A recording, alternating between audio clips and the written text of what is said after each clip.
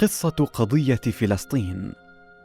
سنتحدث في هذا الفيلم عن قضية فلسطين وكيف تطورت أحداثها في 50 سنة التي سبقت حرب النكبة. تقع فلسطين في منطقة جغرافية مميزة باركها الله تعالى. سكنها اليبوسيون منذ 6000 سنة واستقروا في القدس التي عرفت آنذاك باسم يبوس، وتبعهم بطون الكنعانيين الذين استقروا شمال فلسطين حيث عرفت فلسطين بأرض كنعان.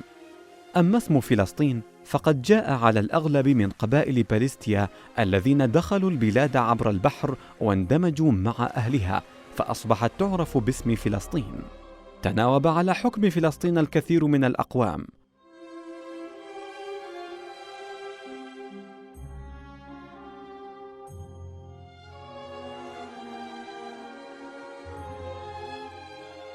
وكان آخرهم المسلمين الذين امتد حكمهم إلى ما يقارب 1100 عام تقريبا. ولقرون عديدة عاش أتباع الديانات من مسلمين ومسيحيين ويهود في أرض فلسطين مسالمين مطمئنين. ومع نهاية القرن 19 بدأت تظهر ملامح المخطط الصهيوني وبدأت الفصول الأولى لقضية فلسطين. في تلك المرحلة كان عدد سكان فلسطين يقرب من 460 ألف نسمة، ولم يشكل اليهود سوى 3% من عدد السكان آنذاك. ومع تصاعد القومية الأوروبية زاد اضطهاد الأوروبيين لليهود، فبدأ اليهود بتنظيم أنفسهم والتفكير بالهجرة من بلادهم. ولكن إلى أين؟ هذا ما بحثه الصحفي اليهودي ثيودور هرتزل الذي ألف كتابا يدعو فيه لإقامة وطن يجمع اليهود المتفرقين، حيث اقترح فلسطين والأرجنتين ومناطق أخرى من إفريقيا. وأقيمت مؤتمرات يهودية متتالية لجمع التبرعات ودعم الحركة الصهيونية، ووقع الاختيار على فلسطين. كما قام اليهود المتنفذون في بريطانيا وأمريكا وغيرها من الدول بالضغط على حكوماتهم لدعمهم في هدفهم. وبدأت هجرة اليهود إلى فلسطين. هاجر 25 ألف يهودي إلى فلسطين قادمين من أوروبا الشرقية وروسيا، فأصبحت نسبة سكان فلسطين من اليهود 5%. وسنرى كيف كانت هذه الهجرات الكثيفة المتتابعة لليهود المحملين بالفكر الصهيوني سبباً رئيسياً في محنة الشعب الفلسطيني. فمع كل هجرة كانت المشاكل على مصادر الرزق والسكن والأراضي مع أهل فلسطين الأصليين تزداد. وقد قدم وجهاء القدس عام 1891 احتجاجاً إلى السلطة العثمانية طالبوا فيها بوقف هجرة اليهود الروس إلى فلسطين وتحريم استملاكهم للأراضي فيها.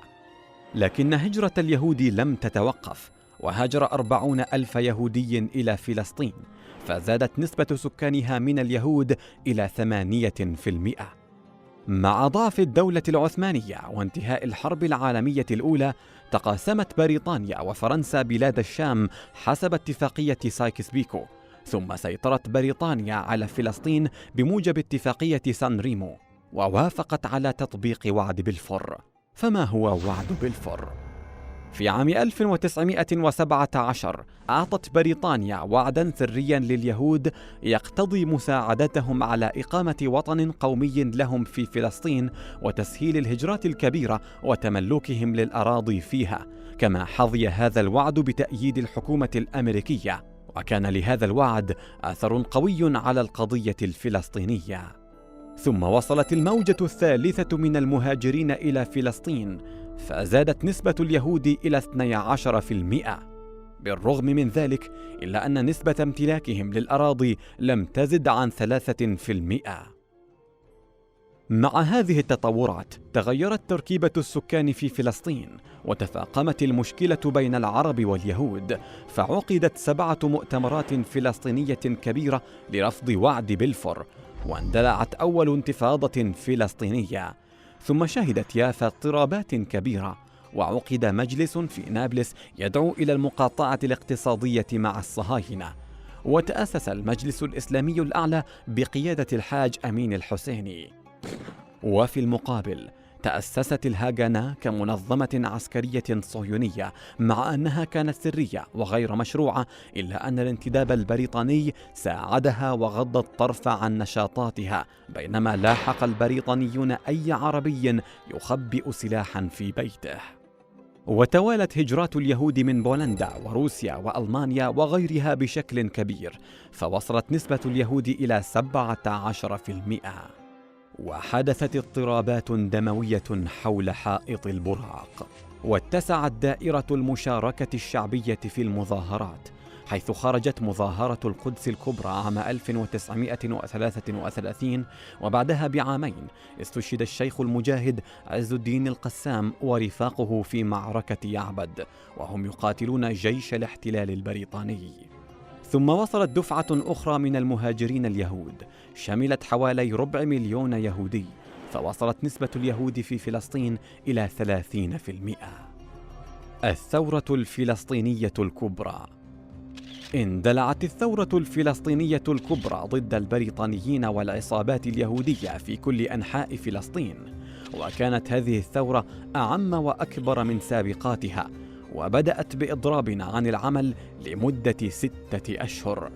خلال فترة الثورة أسست الحكومة البريطانية لجنة بيل التي أوصت بتقسيم فلسطين إلى دولة يهودية ودولة عربية، مع بقاء القدس تحت الانتداب البريطاني وتهجير مئات الآلاف من العرب من مناطق الدولة اليهودية إلى العربية. في تلك الفترة لم يملك اليهود سوى 5.5% من أرض فلسطين، ومع ذلك كانت الدولة اليهودية المقترحة تشمل 33% من أرض فلسطين. رفض الفلسطينيون هذا الاقتراح ولم يقع تحت التنفيذ. وتحت ضغط الثورة قامت بريطانيا بإصدار بيان عرف بالكتاب الأبيض يحظر استمرار الهجرة اليهودية إلى فلسطين خلال 5 سنوات، وعرضت الاستقلال للفلسطينيين خلال 10 سنوات. رفضت الحركة الصهيونية تلك المقترحات، وشنت العصابات المسلحة مثل الهاغانا والإرغون وشتيرن عمليات دموية ومذابح ليس ضد الفلسطينيين فحسب، بل ضد البريطانيين أيضا، من أجل إجبار بريطانيا على الانسحاب من فلسطين لتأسيس الدولة اليهودية. ومن أشهر عملياتهم الدموية تفجير فندق الملك داوود في القدس، الذي كان مركزاً لحكومة الانتداب البريطاني آنذاك. مشروع تقسيم فلسطين. في عام 1947 قررت بريطانيا ترك فلسطين، وطلبت من الأمم المتحدة تقديم توصياتها. فعقدت الأمم المتحدة جلسة طارئة واقترحت مشروع تقسيم فلسطين المشهور باسم قرار 181. نص القرار على تقسيم فلسطين إلى دولتين عربية ويهودية، على أن تبقى القدس منطقة دولية. حظي هذا القانون بموافقة الأمم المتحدة وبدعم الاتحاد السوفيتي وأمريكا. في تلك الفترة لم يملك اليهود سوى 6.5% من أرض فلسطين، بينما أعطى القرار 56% من أرض فلسطين إلى اليهود. رفض الفلسطينيون والعرب قرار التقسيم ولم ينفذ القرار. واتضح للجميع أن حربا شاملة على أرض فلسطين على وشك الوقوع، فأعلنت الهاغانا التعبئة العامة، ودعت اليهود التي تتراوح أعمارهم بين 17 و25 سنة للتسجيل في الخدمة العسكرية. في المقابل نظمت الجامعة العربية جيشا سمي بجيش الإنقاذ. وجاءت موجة أخرى من الصهاينة إلى فلسطين، فوصلت نسبة سكان اليهود إلى 31% قبيل النكبة، ومع ذلك لم يملكوا سوى 9% من أرض فلسطين. وهذه الصورة تبين ما ملكه اليهود في تلك الفترة.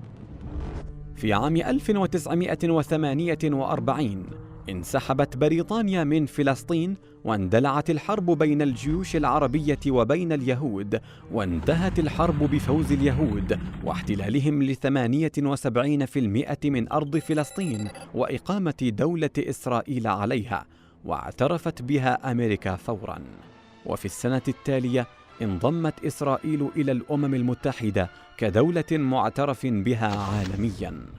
وبفعل الحرب تقسمت القدس إلى قسمين، غربية بيد اليهود وشرقية بقيت بيد الأردن، ثم احتلتها إسرائيل عام 1967 من 9% قبل الحرب إلى 78% بعد الحرب.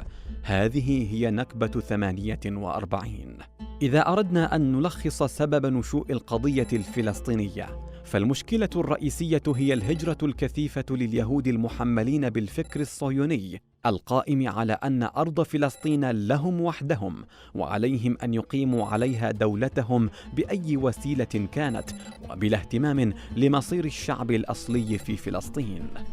وقد تواطأت الدول الاستعمارية على تنفيذ وتسهيل هذا المشروع الاستيطاني الذي يتوافق مع مصالحها الاستراتيجية، الأمر الذي أدى إلى نشأة قضية فلسطين ومحنة الشعب الفلسطيني.